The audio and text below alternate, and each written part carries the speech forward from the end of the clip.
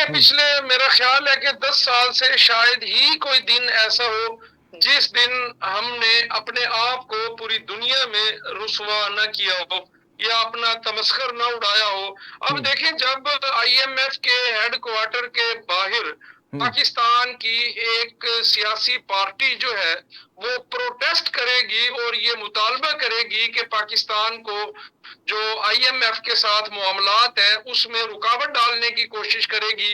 जब पाकिस्तान के साबिका वजीर और हम आजम सब आईएमएफ प्रोटेस्ट को प्रोटेस्ट खत करने से तहरीर ज्यादा करेंगे आप कि देखें कि जिस आप तरीके से पाकिस्तान के सिपा साथ सलार के मामलात खिलाफ जो तय करते कैंपेन हुए स्टार्ट की गई। आप नजरसानी करें, या आप पूरी दुनिया में प्रोटेस्ट करेंगे अफवाज पाकिस्तान के सिपाही सालार के खिलाफ, जी। उनको एक डिक्टेटर करार देंगे, तो बात यह है कि पाकिस्तान तहरीक इंसाफ मुकम्मल तौर पर जो है वो अपने जाती मफादात के लिए, अपनी सियासत के लिए, अपने बानी चेयरमैन को जो है रिहाई दिलवाने के लिए, हुकूमत पाकिस्तान को ब्लैकमेल करने के लिए, हम्म। वो तहरीक इंसाफ इस वक्त मुकम्मल तौर पर रियासत दुश्मनी का रूप धार चुकी है। जी।